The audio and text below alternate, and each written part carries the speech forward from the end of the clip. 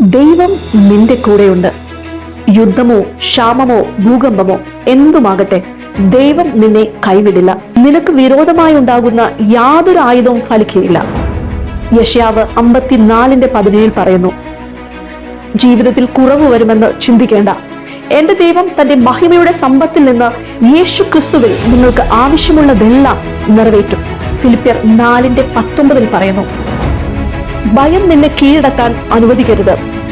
ഭീരുത്വത്തിന്റെ ആത്മാവിനെ അല്ല, ശക്തിയുടെയും സ്നേഹത്തിന്റെയും സുബോധത്തിന്റെയും ആത്മാവിനെ അത്രേ ദൈവം നമുക്ക് തന്നത്. ഭാവിയെക്കുറിച്ച് ആശങ്കപ്പെടേണ്ട. നിശ്ചയം നിനക്കൊരു ഭാവിയുണ്ട്. നിന്റെ പ്രത്യാശ വിച്ഛേദിക്കപ്പെടുകയില്ല. ദൈവവചനങ്ങൾ മുറുകെ പിടിക്കുക. ദൈവം നിനക്കായി സകലതും ഒരുക്കിയിരിക്കുന്നു. കാരണം ക്ഷാമകാലത്ത് അബ്രഹാമിനെയും ഇസഹാക്കിനെയും യോസെഫിനെയും പോറ്റിയ ഒരു ചരിത്രമുണ്ട് നമ്മുടെ ദൈവത്തിന്.